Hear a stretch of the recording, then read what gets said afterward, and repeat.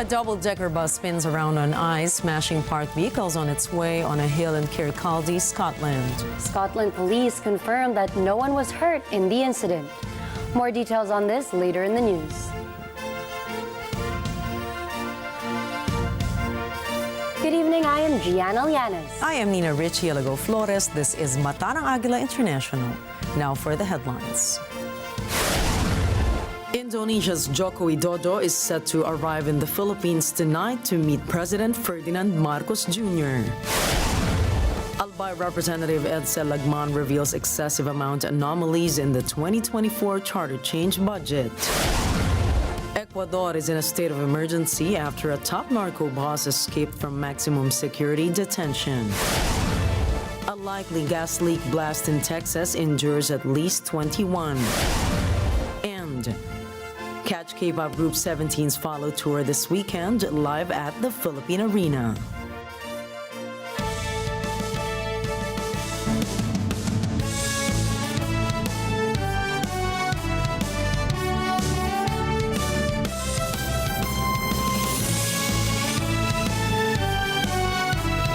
Las Vegas, Nevada, España, Paris, France, United Kingdom, Washington, D.C., London, Bureau, Papua New Guinea, in New York, Washington, D.C. Mata ng Agila. Mata ng Agila. Mata ng Mata ng Agila International. Trusted, connected, on point.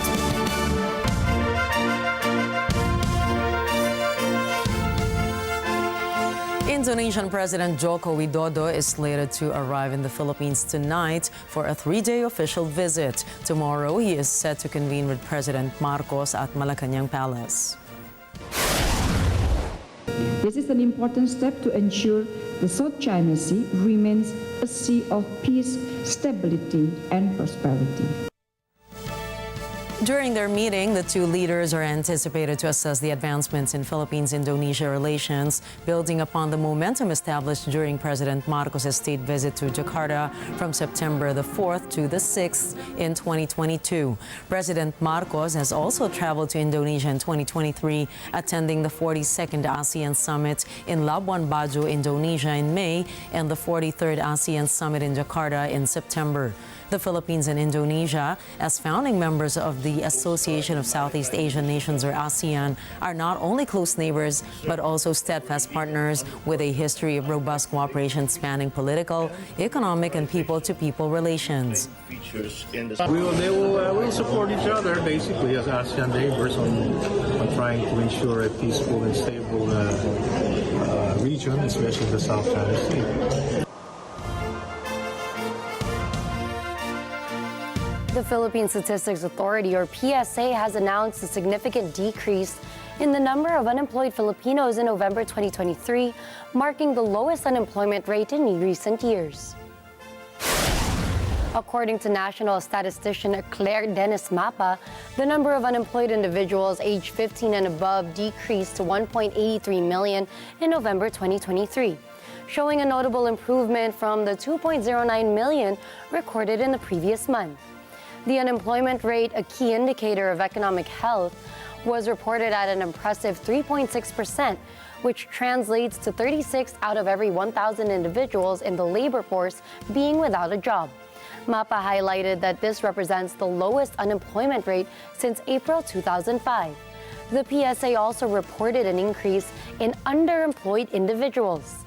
In November 2023, 5.79 million individuals expressed the desire for additional work or hours, up from 5.60 million in October 2023.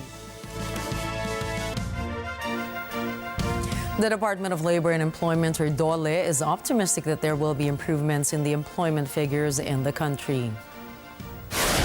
Labor Secretary Bienvenido Laguesma disclosed the results would be possible with the cooperation of stakeholders, including investment pledges from the overseas trips of President Ferdinand Marcos Jr.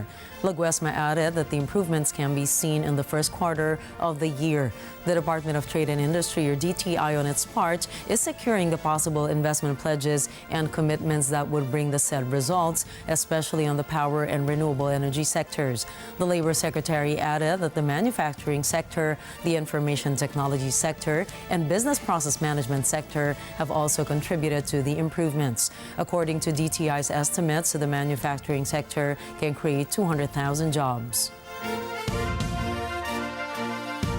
President Ferdinand Marcos Jr. has announced that his administration's Farm to Market Road Network program has completed 51% of its progress.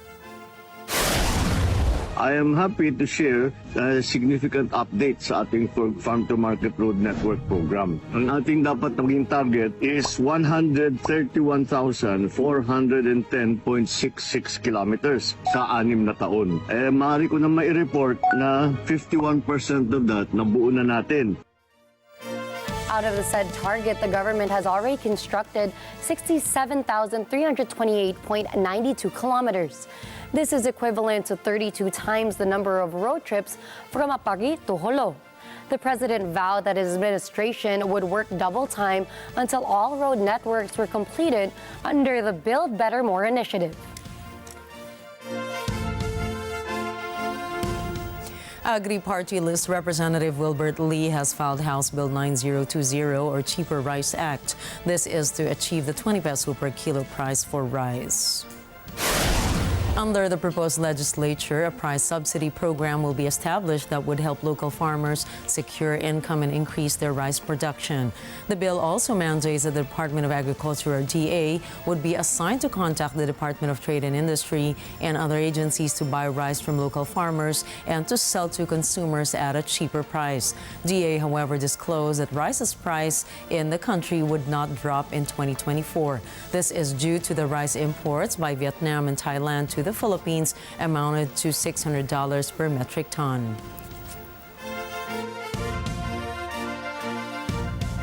PNP Chief General Benjamin Acorda said President Ferdinand Marcos Jr. and his administration have the solid support of the Philippine National Police. Acorda made the remarks following reports of destabilization plots against President Marcos. He also insisted there is no need to conduct loyalty checks among its ranks.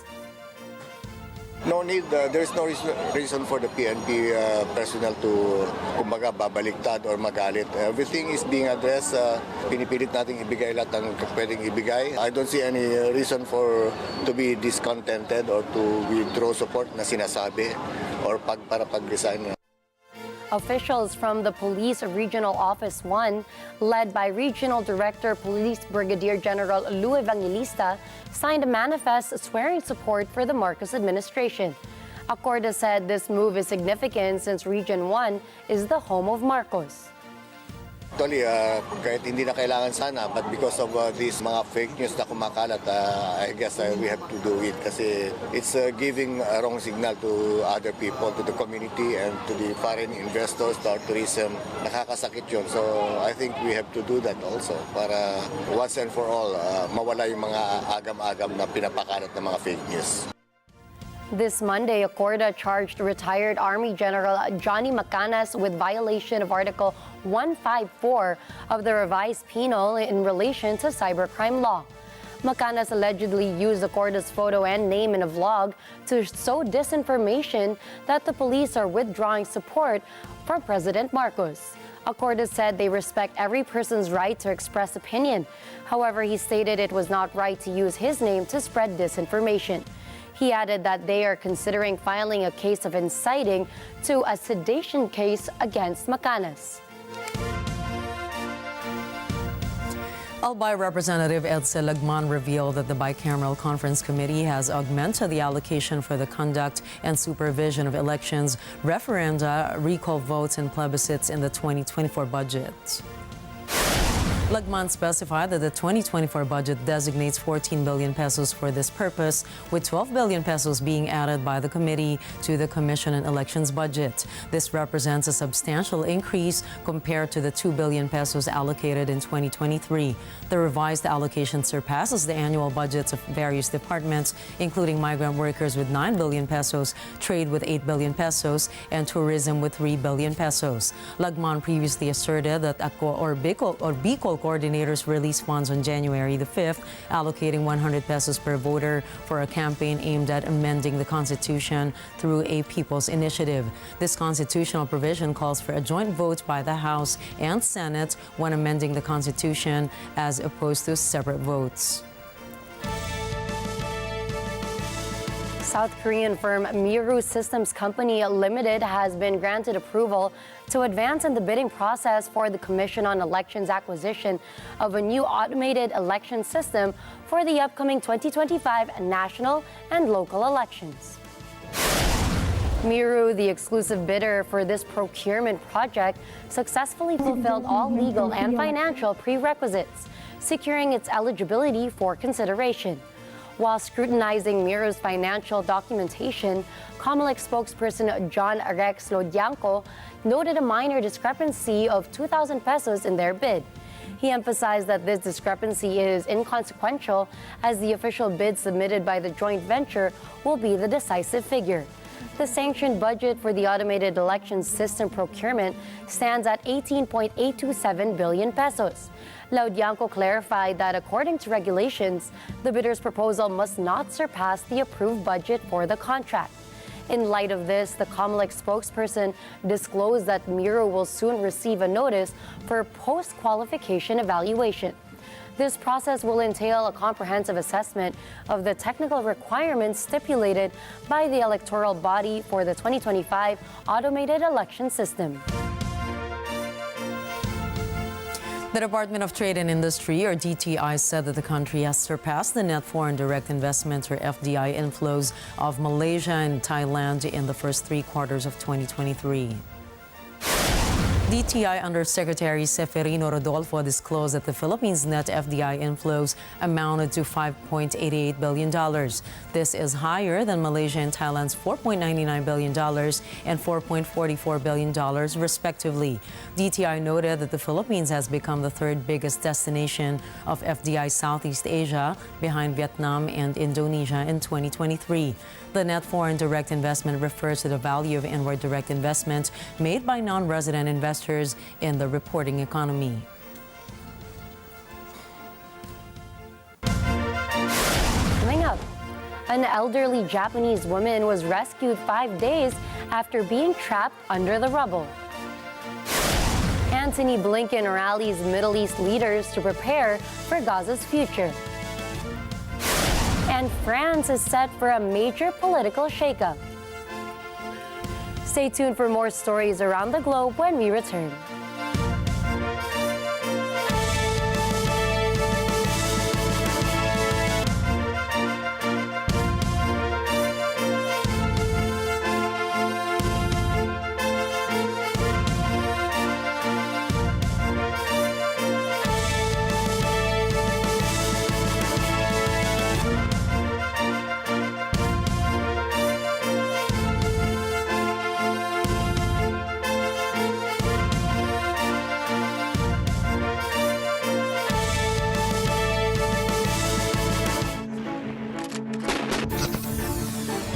Si Lolo Ever, At ako si May.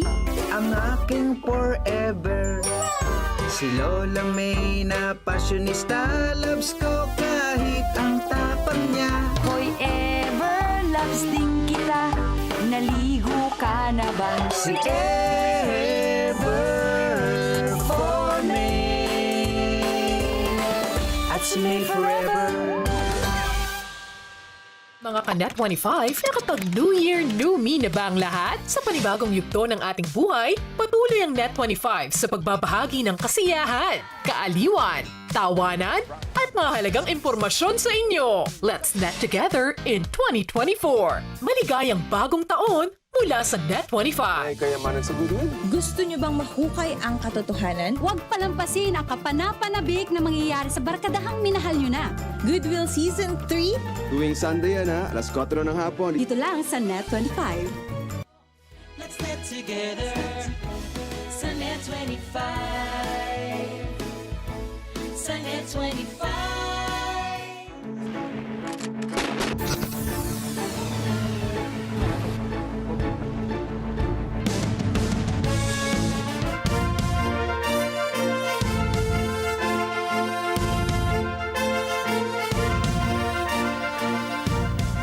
Welcome back to Mata ng Agila International. Rescue workers found an elderly woman alive under the rubble 5 days after a 7.5 magnitude earthquake hit central Japan. Local reports said the rescue team discovered the woman in her 90s from the wreckage of a 2-story building in Suzu town. The old lady was responsive but believed to be suffering from hypothermia. At the same site, rescuers also found a woman in her 40s in a state of cardiopulmonary arrest. Experts consider the first 72 hours of the rescue or of any rescue operation as critical because after that, the chances of finding people alive drop substantially. The 2 women were found days after that window closed. As of this time, the death toll from the powerful earthquake has exceeded 200. Authorities said the largest number of victims was found in the cities of Suzu and Wajima. Chinese President Xi Jinping has vowed to redouble efforts on its crackdown against corruption in key sectors of its government. This includes finance, energy, and infrastructure. Beijing's 2022 reports showed that since 2012, around 4.8 million Chinese party officials have been investigated. Around 1.5 million among those have received punishments ranging from lengthy imprisonment to dismissal from official posts, demotion, and expulsion from the party. China says its security agencies have arrested an individual suspected to be spying for Britain's foreign intelligence service, the MI6. China's Ministry of State Security, or MSS, identified the foreigner by its surname Wang.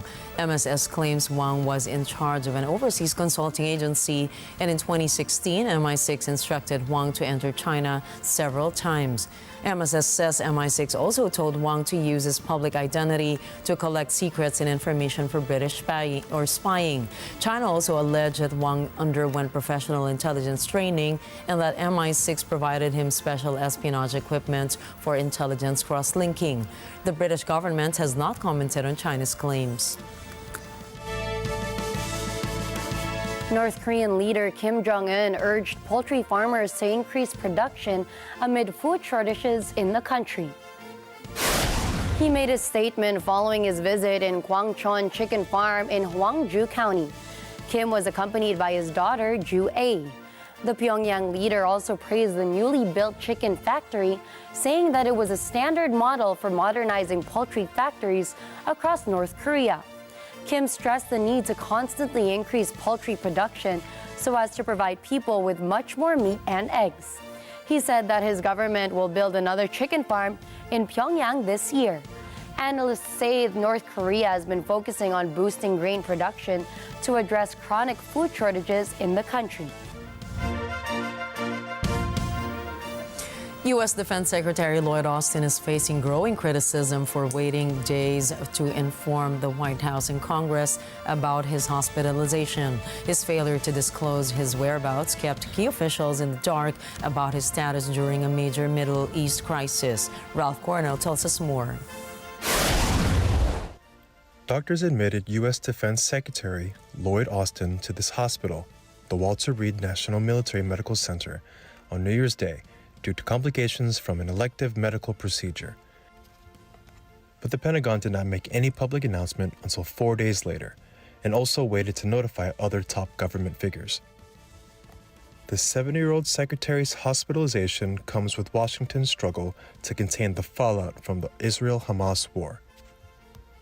Ian Bremmer, the president of the Eurasia Group political risk firm, says, with the Middle Eastern turmoil, it's shocking that President Joe Biden didn't know for 4 days that his Secretary of Defense was in the hospital. Bremer says that the situation gives the president an opportunity to replace Austin, but the White House has stood by the secretary. Austin underwent an unspecified medical procedure on December 22nd and was discharged the following day. But he began experiencing severe pain on January 1st and went to Walter Reed by ambulance.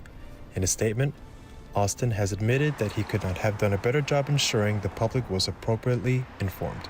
Ralph Cornell from Agila International, Trusted, Connected, On Point. U.S. Secretary of State Antony Blinken stated that 4 key Arab nations and Turkey have agreed to begin planning for the reconstruction and governance of Gaza once Israel's war against Hamas ends. We agreed to work together and to coordinate our efforts to help Gaza stabilize and recover, to chart a political path forward for the Palestinians, and to work toward long-term peace, security, and stability in the region as a whole. Blinken, who is on an urgent Mideast mission aimed primarily at preventing the conflict from spreading as fears rise of a regional war, said Saudi Arabia, Jordan, Qatar, the United Arab Emirates, and Turkey would consider participating in and contributing to pay-after scenarios for the Palestinian territory, which has been devastated by 3 months of deadly Israeli bombardment. I also found across the board that the countries we visited, the leaders we spent time with, are prepared to make the necessary commitments, to make the hard decisions, to advance all of these objectives, to advance this vision for the region. Of what is now his 4th trip to the Mideast since the war began in October, Blinken said those countries are ready to start such planning and that each would consider its involvement in whatever is eventually decided upon. Those countries had previously resisted U.S. calls for post-war planning to begin, insisting that there must first be a ceasefire and a sharp reduction in the civilian suffering caused by Israel's military response to Hamas. We greatly value the President's leadership in these incredibly challenging times for Israel, for countries in the region, and especially for people who continue to suffer. I've just come from a number of countries in the region, Turkey, Greece, Jordan, Qatar, United Arab Emirates, Saudi Arabia, and I want to be able to share some of what I heard from those leaders with the President as well as with the Prime Minister and the Cabinet later today.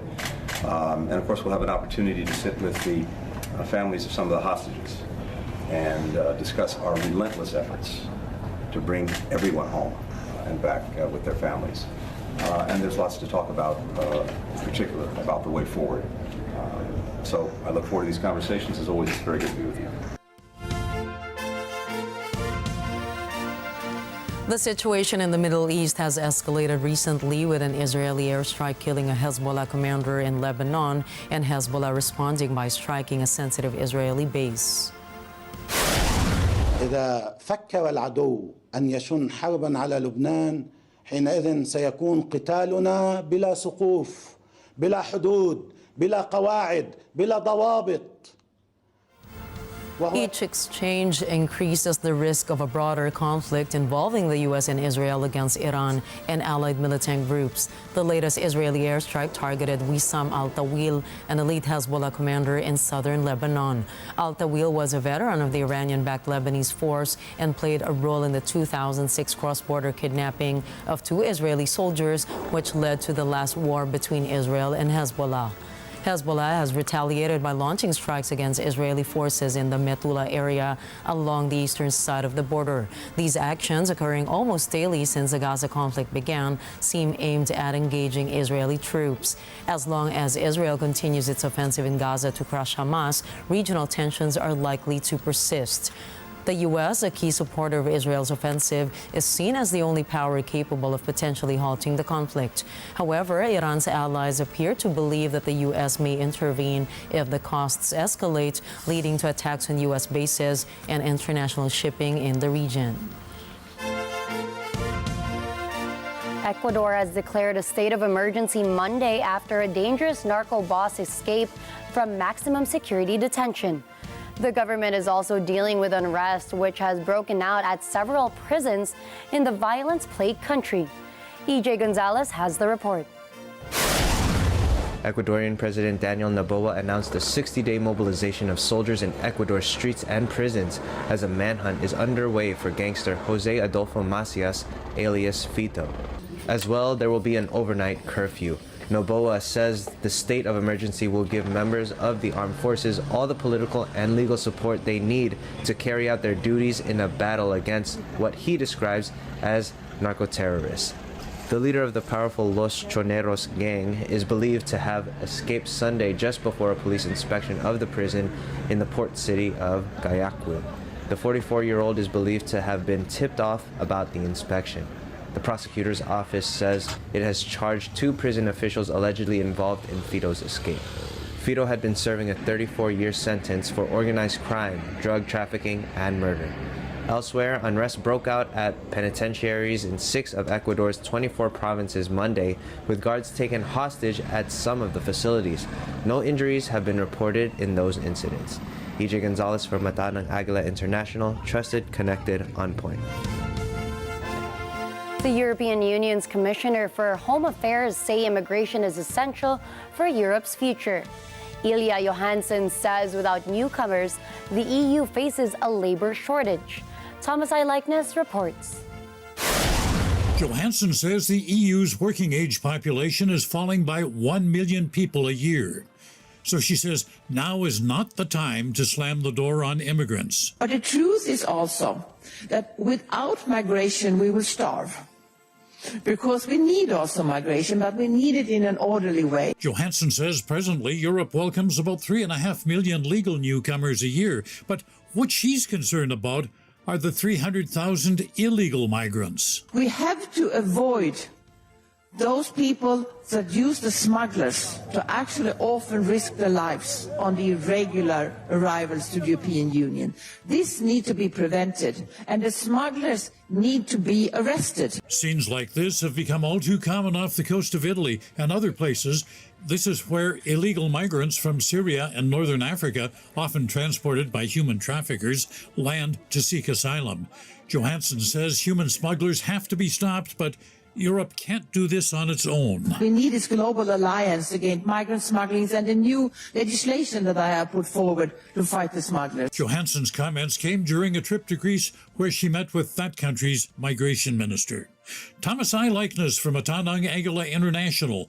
Trusted, connected, on point. French Prime Minister Elisabeth Borne has resigned as President Emmanuel Macron seeks to breathe new life into his second mandate ahead of European Parliament elections and the Paris Olympics this summer. Écoutez, moi j'ai le sentiment du devoir accompli. On voulait faire voter un texte sur des mesures utiles, efficaces, attendues par nos concitoyens, avec 2 objectifs: éloigner plus rapidement, plus efficacement ceux qui n'ont pas le droit d'être en France et mieux intégrer ceux que nous choisissons d'accueillir. C'est ce texte qui a été voté hier. Macron did not immediately name a successor for Borne, who will stay on as a caretaker along with the rest of the government until a new one is formed. The change was made after a year marred by political crises triggered by contested reforms of the country's pension system and immigration laws. The move will not necessarily lead to a shift in political tact, but it does signal a desire to move beyond a year plagued by pension woes, immigration reforms, and focus on new priorities like preparing for the Olympics and hitting employment highs for the year. In her resignation letter, Borne said she and Macron agreed in their last meeting that it was, and I quote, more necessary than ever to push on with reforms. Speculation of a government reshuffle had been abuzz weeks since French Parliament adopted tougher immigration rules, one of Macron's toughest political battles to date. Among those cited as potential candidates to replace Borne are Education Minister Gabriel Attal and Defense Minister Sébastien Lecornu, either of whom would be France's youngest prime minister. Former Agriculture Minister Julien Denormandie, Finance Minister Bruno Le Maire, and Interior Minister Gérald Darmanin have also been mentioned by political sources as possible options for the Prime Minister's job. With a European Parliament election scheduled to take place in June, alternative candidates are expected to make record gains at a time of widespread public discontent over surging living costs and the failure to curb migration flows. 2024 sera aussi une année de choix décisifs.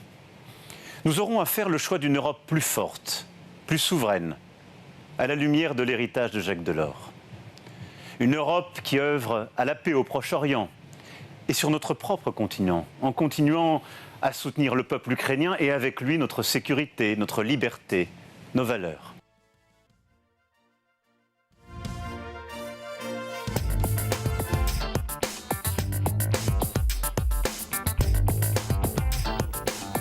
Papua New Guinea takes its first historic step towards strengthening international relations and fostering economic growth. This with the first regular direct flight between China and a South Pacific nation. Eco Hortaleza Quinola reports. This link, as the Minister stated, brings immense opportunity to our capital city and to our country. Port Moresby Governor Poe Sparkup announces that this weekly China Southern Airlines flight service opens the opportunity for China in Port Moresby to capitalize and explore the world of import and export. Chinese ambassador in Papua New Guinea, Zhen Fang Hua, shares the same sentiments. I think from today onwards, exchange of people between our two countries will become more convenient with this direct flight. Port Moresby, the gateway to Papua New Guinea, looks forward to thriving business prospects and valuable trade offerings. From Port Moresby, Papua New Guinea, Eco Hortaleza Quinola, Mata ng Agila International, trusted, connected, on point. Tiger Woods and Nike have ended their 27-year partnership. The superstar golfer thanked Nike co-founder Phil Knight for his passion and vision that brought them together when he turned pro. Woods also said he was fortunate to start a partnership with Nike. The swoosh brand said for 27 years, they have had the honor to partner with Tiger Woods, adding that Tiger redefined the sport of golf. Excuse me. Nike also wished Tiger the best in the future. Throughout his career with Nike, Woods made a reported $500 million from the swoosh. Woods also gave Nike $3.2 million of exposure when he swapped his Nikes for FootJoy shoes during the 2023 Masters. There is no word yet on Woods' plan for endorsement deals. Boeing shares fell 8% after one of its planes was involved in a mid-air blowout in the United States. Shares in supplier Spirit Aerosystems also plunged 11%. The plug door of Alaska Airlines 737 MAX 9 tore away from the plane, forcing an emergency landing. The incident also prompted U.S. aviation regulator to ground certain Boeing planes. Boeing also faced quality questions from experts, but it vowed to work with regulators, saying the company was committed to safety. Up next, a major gas leak causes an explosion in the Sandman Signature Hotel in Fort Worth. Thousands of migrants in Mexico resume their trek towards the U.S. border. And the world's largest audited tech event, the Consumer Electronics Show, opens in Las Vegas. Please don't go away. We've got more stories when Mata ng Agila International returns.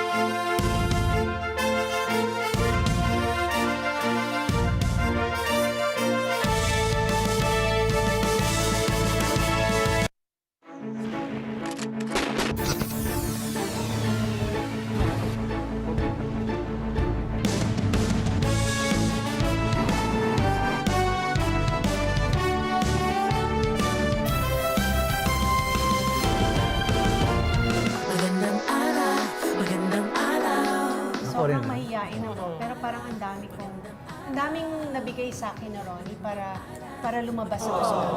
Pero, nagharana ka rin ba? Actually, siya humarana sa akin. Kasi siya singer eh. Kumanda ka na, Ara. May balibring army si Dene. Nga kasi ang alam ko lang ganito po eh. Okay? So, one. Sige, one. Ay! Train anytime, anywhere. Anywhere. And always be ready. Hello everyone! Ako po si Maris. Ako po si Ronnie. And we are the Rickets. Abangan niyo po kami sa magandang araw this Saturday at 3 p.m. Dito lang po sa Net 25! Ano ba yan? Saan ang kalaban? Saan ang kalaban? Saan ang kalaban? Wala pa. Nag-iimbita kami. Abangan nyo kami, ha? Dito sa magandang araw. Yeah.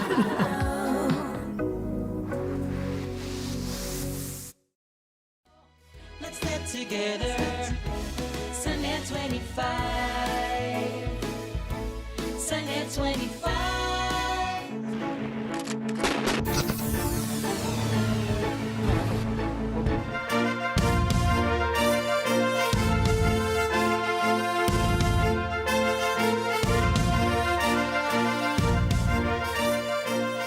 A gas leak blast has injured at least 21 people at the Sandman Hotel in Texas. Among 21 victims, one person was in critical condition, while 4 others sustained serious but not life-threatening injuries. Fort Worth Fire Department disclosed nobody was killed in the explosion. The Fort Worth Fire Department, however, said through their spokesperson Craig Trojacek that first responders saved several people who were trapped in the basement of the hotel. Authorities were investigating the cause of the blast. Slovenian rescuers and divers evacuated 5 people Monday who had been stranded in a flooded cave since the weekend after water levels dropped in the 8-kilometer-long cave in central Slovenia. Rescuers managed to rescue the trapped family of 3 and their 2 guides. Slovenia's Cave Rescue Association Chief Walter Zakrajcek says the operation involved around 90 rescuers, divers, and civil protection agents. He says all those rescued are healthy. On Saturday, the group visited the Krizna Cave, known for its underground lakes. The travelers became trapped on a dry platform after heavy rainfall flooded the cave and blocked 2 of its sumps. Authorities launched a rescue on Saturday after the group failed to emerge as scheduled. Divers located them about 2 kilometers from the cave entrance later in the day. With equipment and food provided by the rescuers, the 5 spent the night taking turns to sleep in a 3-person tent. This was the first time that people visiting had been trapped. Slovenia is known for its more than 14,000 caves.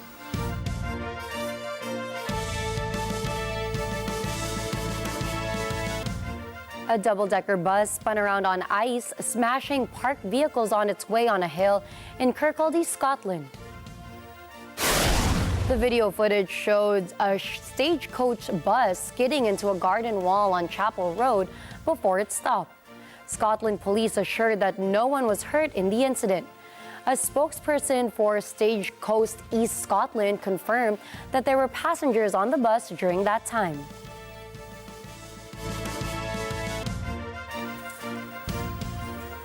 A migrant caravan has regrouped to continue its journey from Mexico to the U.S. border. The migrants say the Mexican government did not fulfill a promise of transit visas for them. David Oria tells us more.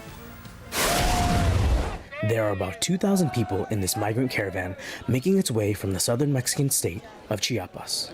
The caravan had originally started its trek on December 24th, but disbanded after being offered the temporary right to stay by Mexican authorities. The migrants say they have not received promised travel documents that would allow them to take a bus or train to the U.S. border, so they have begun walking again. The caravan includes single individuals as well as families with young children. Most of them are from Central America and the Caribbean. The Mexican government has been under pressure from the U.S. to stem the flow of migrants. Mexico's president says the U.S. had asked Mexico to make it more difficult for them to move across Mexico by public transportation. David Oria from Agila International. Trusted, connected, on point. Authorities in Peru have dismantled a network that allegedly trafficked girls for sex. Police said the arrested 12 individuals were members of Tren de Aragua, Venezuela's most powerful criminal gang. 40 women victims of sexual exploitation were freed in the operation.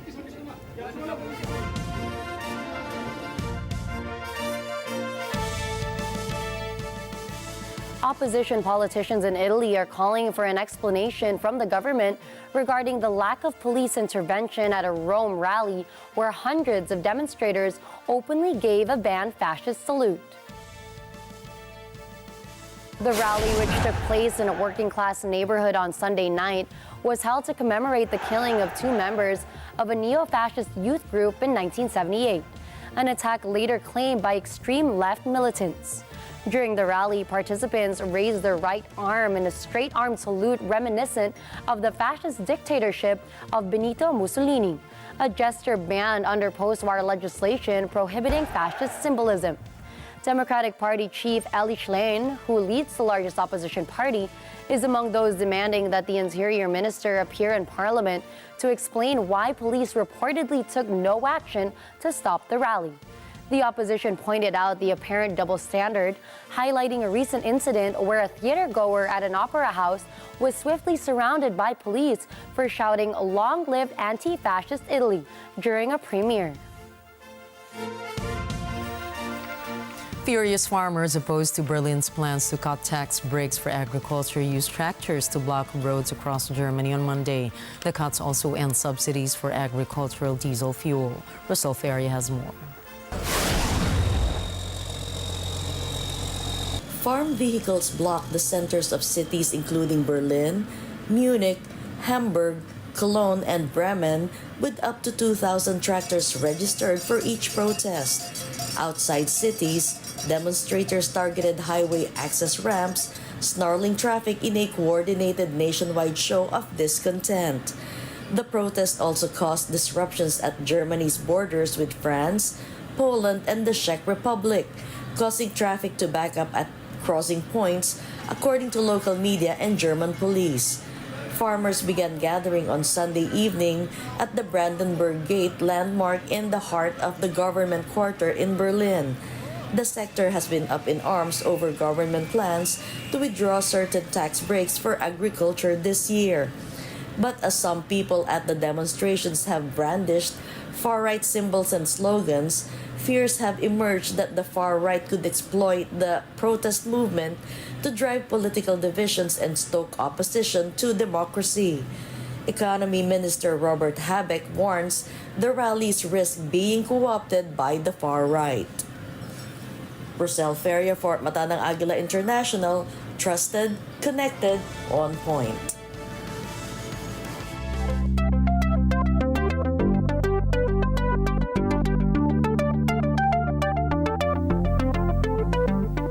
The Institute for Human and Machine Cognition, or IHMC, and Boardwalk Robotics unveiled the robot boxer named Nadia. The scientists involved in the project said they tested Nadia in a sparring session with a human opponent. Nadia was being teleoperated by a fellow scientist, guided by virtual reality control.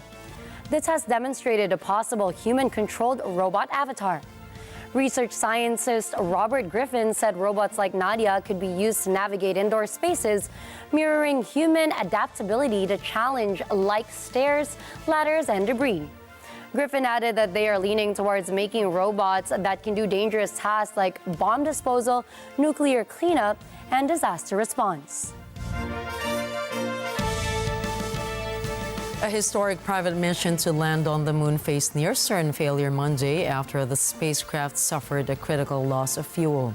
It is a major blow to America's hopes of placing its first robot on the lunar surface in 5 decades. Elise Danielle tells us more.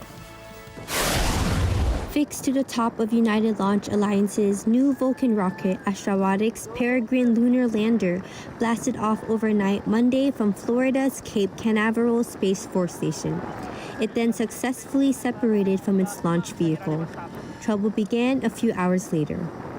Astrobotic could not orient Peregrine's top-mounted solar panel towards the sun and keep its onboard battery topped up due to a malfunction in its propulsion system. Engineers improvised a way to tilt the spacecraft in the right direction and keep its power going.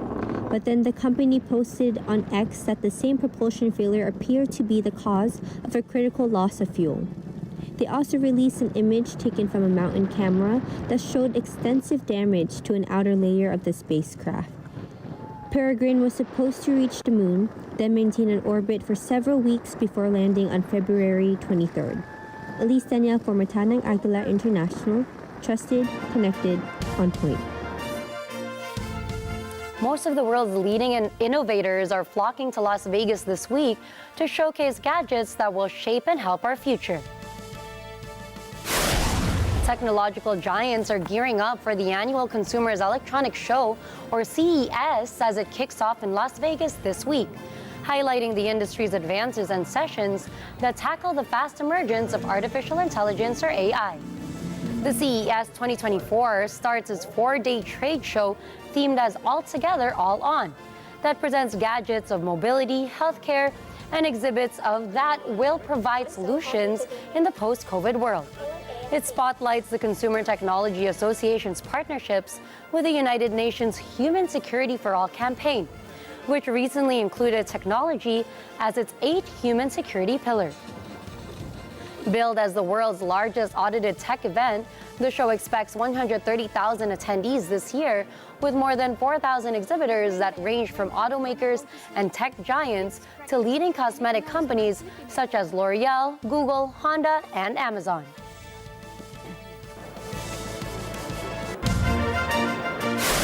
Coming right up, Idris Elba urges stronger action on knife crime.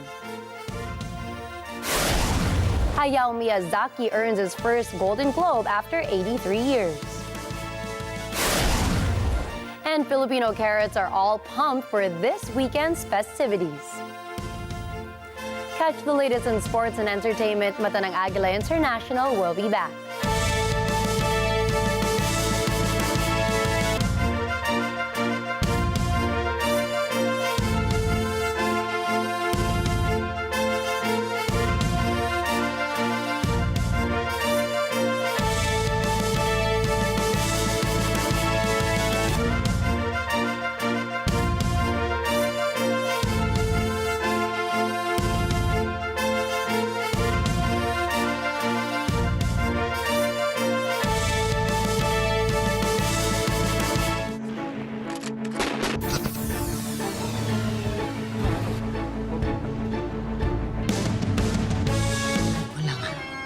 Mamaya maglulupasay ka pa. Tara, pag-usapan natin. Yan si Irish Liberica, ang panganay na anak ni Don Julio Liberica. Ilayo niyo sa akin to. Ilayo niyo. Hindi na yun nakapag-asawa. Ayan naman si Chino Liberica, ang bunsong anak, kung ano-anong racket ang pinasok. Talagang gipit na gipit lang ako eh. Nakabugbugin ako nung pinagkakautangan ko eh. Ayan naman si Mac Liberica, panganay sa pangalawang asawa ni Don Julio. Itigil ang libeng! Itigil! Hindi. Itigil! Hindi. Let's get together. Sunday 25. Sunday 25. Ako si Lolo Ever. At ako si May. Ang aking forever. Si Lola May na passionista. Loves ko kahit ang tapang niya. Hoy ever, loves din kita. Naligo ka na ba? Si Ever for May. At si May forever. Sa buhay, minsan lang dumating ang taong masasabi mong tunay na kaibigan. Yep!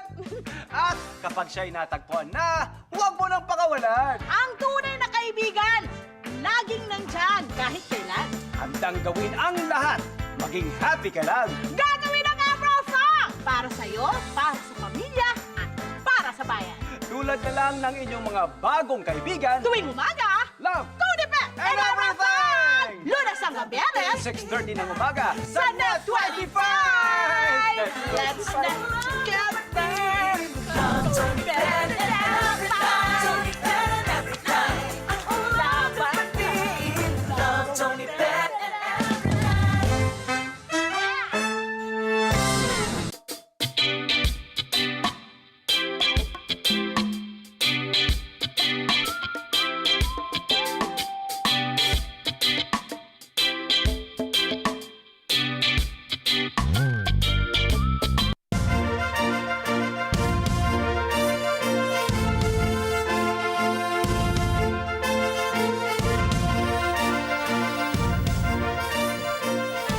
Seoul's parliament has passed a bill to ban selling or producing dog meat. The National Assembly passed the bill by a one-sided vote of 208. The initiative, however, needs to be endorsed by the Cabinet Council and signed by South Korean President Yoon Suk-yeol. Under the new law, breeding, selling, or killing dogs for their meat will be illegal. Violators will be punished by up to 3 years of imprisonment or 30 million won in fines.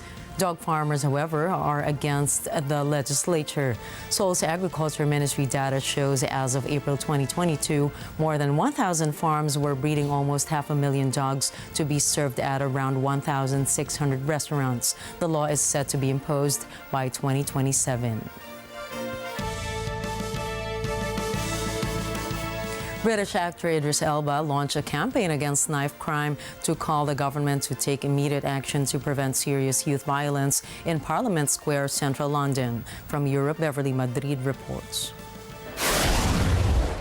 British actor Idris Elba launched a campaign on Monday calling for a ban on knives such as machetes to reduce the number of young people killed in stabbings. According to Elba, he cannot remain silent while more young lives are lost to these brutal and ruthless crimes. Piles of neatly folded clothes and photographs of the victims were arranged in a row outside the UK Parliament in London to represent people killed in knife crimes. Around 250 people died from knife crime in England and Wales between July 2022 and June 2023, according to the Office for National Statistics. Last year in London, 21 minors, children under 18, lost their lives in violence. 18 of them were stabbed. The sale of knives is strictly regulated in the UK, but young people still manage to arm themselves with large slayer knives, with one side serrated and the other curved. The weapons inspired by horror movies are often associated with gangs and can be purchased cheaply on the internet. Elba, a rapper, singer, and DJ, also known for playing Nelson Mandela and television detective John Luther, also stated that he's simply asking for a ban on machetes and slayer knives. In August, the UK government promised a ban on intimidating and threatening ornate knives and machetes, which have no practical use, as part of measures to reduce knife crime. But the violence has not abated. In September, a 15-year-old girl was stabbed to death while on her way to school in South London. And shortly before midnight on New Year's Eve, a 16-year-old boy who was watching fireworks with friends died.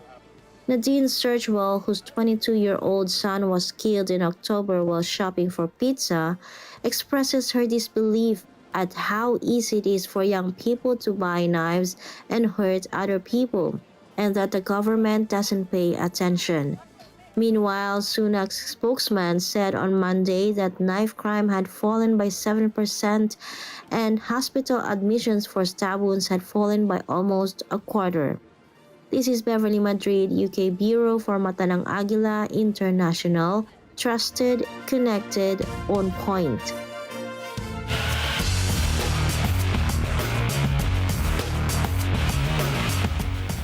The NBA is a league filled with hills and valleys, and it looks like it's about to get a lot harder for two of the younger NBA teams currently on the rise.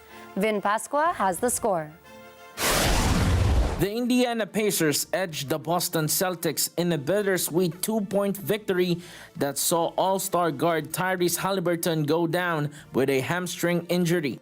Benedict Mathurin made 2 free throws with 0.6 seconds remaining in the fourth quarter to give the Indiana Pacers a 133-131 victory over the Boston Celtics. The Celtics lost despite a season-high 40 points from Jaylen Brown. Jrue Holiday had 21 points, 6 rebounds, and 6 assists, and Porzingis finished with 19 points, 5 rebounds, and 7 assists. It may have been a costly victory for Indiana. However, as Pacers point guard Tyrese Haliburton slipped during a drive to the basket in the second quarter and had to be helped off the court with a hamstring injury, he did not return for the remainder of the game. Indiana isn't the only young team out of a star though, as Memphis finds themselves in a similar situation. The Grizzlies caught a terrible break as top star Ja Morant suffers a season-ending shoulder injury just 9 games after ending his 25-game suspension. Memphis Grizzlies guard Ja Morant will undergo season-ending surgery on his right shoulder to treat an underlying labral tear. Reporting for sports, Vin Pascua for Mata ng Agila International. Trusted, connected, on point.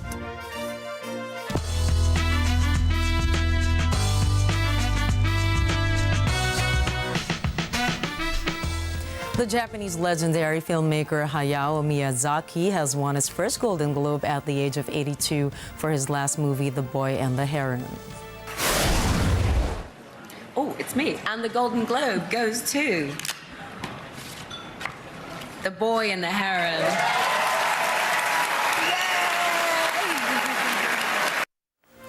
The Boy and the Heron is a semi-autobiographical fantasy film of Miyazaki and Studio Ghibli, which was nominated in the animated feature competition. It tells the story of a young boy who meets a mysterious speaking heron after losing his mother set during World War II in Japan. This was also marked as his first Golden Globe Award for Studio Ghibli and U.S. distributor G-Kids in a non-English animated feature. The Boy and the Heron, billed as Miyazaki's final movie, was up against the Spider-Man Across the Spider-Verse, the Super Mario Brothers movie, Suzume, Wish, and Elemental for the animated feature category. Meanwhile, Hayao Miyazaki has also won the competitive Best Animated Feature Oscar Award for his 2000 film Spirited Away, received an Academy Honorary Award in 2014, and was nominated for a Golden Globe under the category of films made in a foreign language for his 2013 film The Wind Rises. Some of his other popular Ghibli animated films include Howl's Moving Castle, Princess Mononoke, My Neighbor Totoro, and Ponyo. Willem Dafoe unveiled his star on the Hollywood Walk of Fame, making him the first person to receive one in 2024. Catherine Ortula has the scoop. I love making films, and you know, it's arguably the most collaborative of art forms. So they did some shout-outs, but I'm really touched when people show up for this, for me. People from my... Thank you. That's really sweet. Not only the fans, but also the people that I've worked with that are part of my creative life.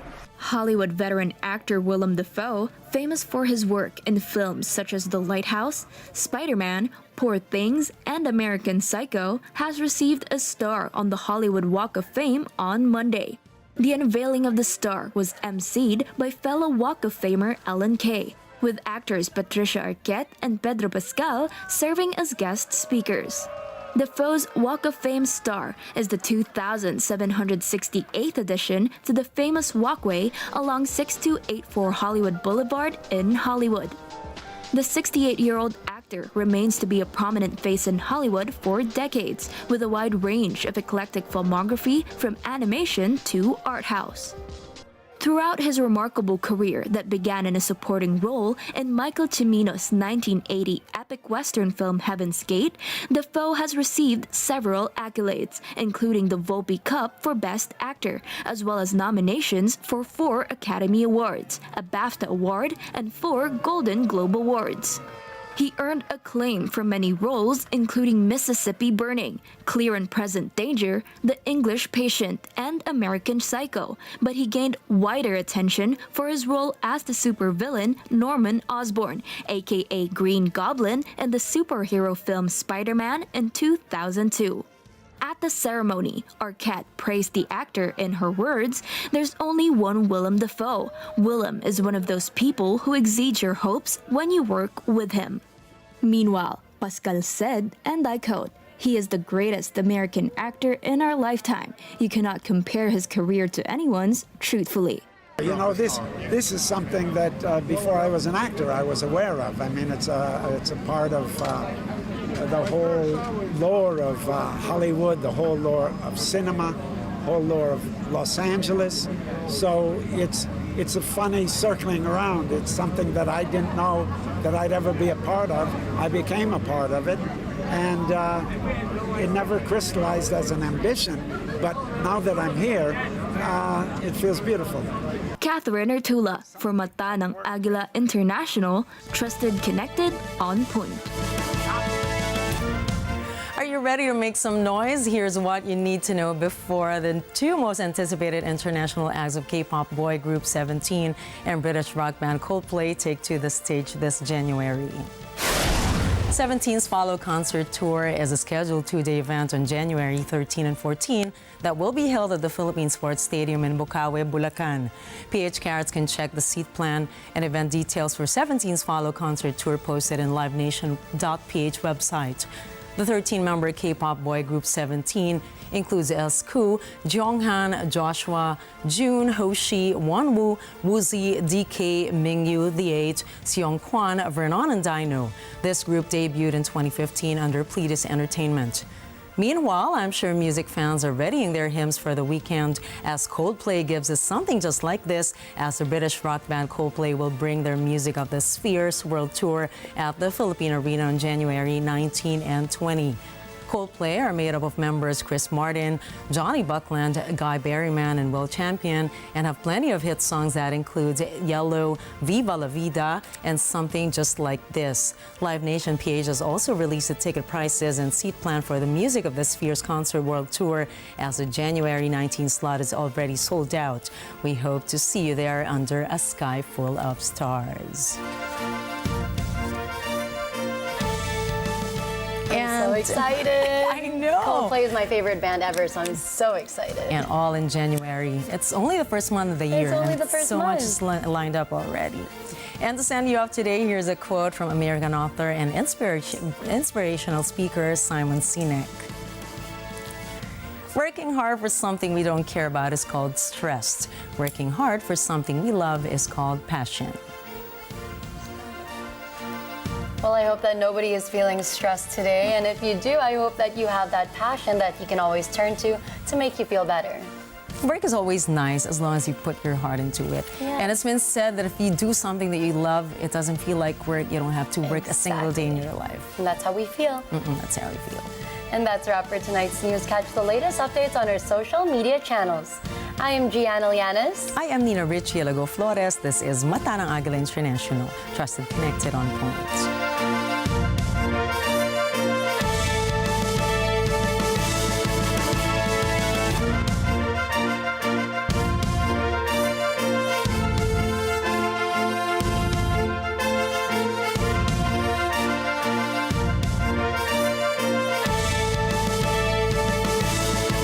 Thank you for choosing Mata ng